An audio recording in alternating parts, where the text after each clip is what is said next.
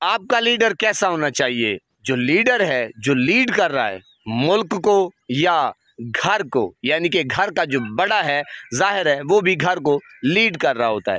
वो कैसा होना चाहिए, उसका इंतखाब कैसा होना चाहिए। यानी कि आप सोचें कि जब ये जंग जारी थी पाकिस्तान भारत की, अभी भी ख़तरा टला नहीं है, मोदी बेगैरत है, वो कुछ और सोच रहा है। तो जनाब अडियाला के गेट खोले गए और कैदी नंबर 804 से मुलाकात की गई। बड़े रैंक का कोई अफसर था जनाब, वो पहुंचा कैदी नंबर 804 के पास। उन्होंने कहा मुर्शिद इमरान खान को कि जनाब हम आपको एतमाद में लेना चाहते हैं, मुल्क की सूरत हाल कुछ अच्छी नहीं है, तो जनाब आप एक बयान जारी करें और जो कौम है वो मुत्तहद हो जाए। तो देखें कैदी नंबर 804 ने कहा कि पहले मेरा मुल्क है, पाक फ़ौज है, फिर घर के जो छोटे मोटे झगड़े हैं मैं कंप्रोमाइज़ नहीं करूंगा। मैं पहले अपने मुल्क की सोचूंगा, पाक फ़ौज की सोचूंगा, अपना छोटा मोटा झगड़ा वो बाद की बात है।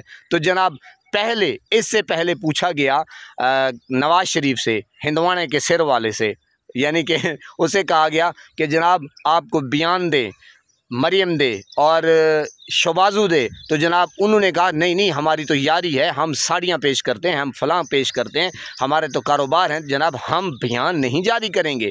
उनको सख्ता तारी हो गया, उनको बुखार आ गया, बुखार 804 आ गया और जनाब उन्होंने बयान नहीं दिया। तो उन्होंने सोचा कि अब कैदी नंबर 804 के पास जाते हैं, क्योंकि वो मकबूल एक पार्टी का लीडर है। तो जनाब वहाँ पहुँचते, जब वहाँ पहुँचा गया तो सिचुएशन सारी मुख्तलिफ थी। उन्होंने कहा कि जनाब हमने तो कैदी नंबर 804 के ऊपर ऐसे जुल्म किए, जुल्म के पहाड़ तोड़े और जनाब क्या क्या नहीं किया, यानी कि उनकी पार्टी को तोड़ा गया, उनके ऊपर जुल्म किया गया, तशद्दुद किया गया। जो एक हीरो है वर्ल्ड कप का, शौकत खानम का, और वज़ीर आज़म हो, उनको घसीटा गया और जनाब अदालतों में ले जाया गया। उनकी बीवी के ऊपर जुल्म, तशद्दुद, हर वो एलिगेशन लगाए गए कि जनाब पनाह है खुदा की, फिर भी इसकी ऐसी सोच।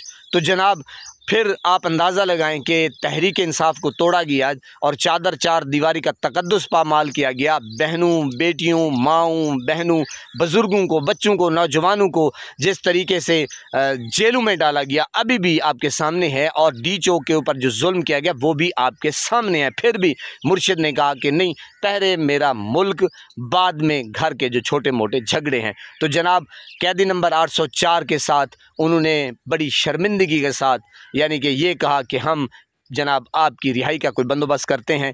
आने वाले वक्तों में आप देखेंगे कि डॉक्टर यास्मीन राशिद साहिबा वो भी आज़ाद होंगी और जो छोटे मोटे कारकुन हैं वो भी, उनकी ज़मानतें हो रही हैं इंशाल्लाह। लेकिन आप ये भी सोचें कि जो एक बंदा घर का फ़र्द होता है, आप मुर्शिद की तो बात ही ना करें, वो तो है ही ब्रांड जनाब।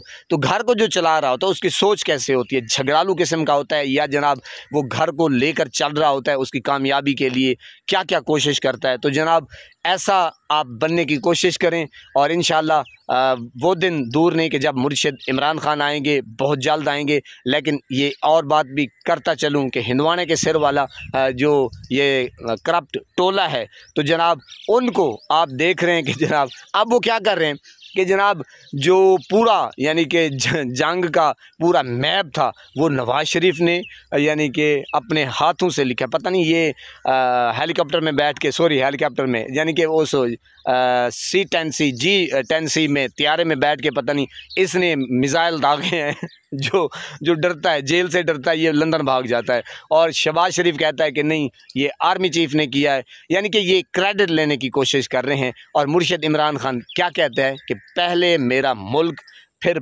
पाक फ़ौज और फिर छोटे मोटे झगड़े। अब ये हर वक्त यही कहते हैं, सोचते हैं कि नहीं नहीं, हमारा लेबल लग जाए, हमारा मुंह आ जाए, ये हिंदवाने के सिर वाले और हिंदवाने के मुंह वाले।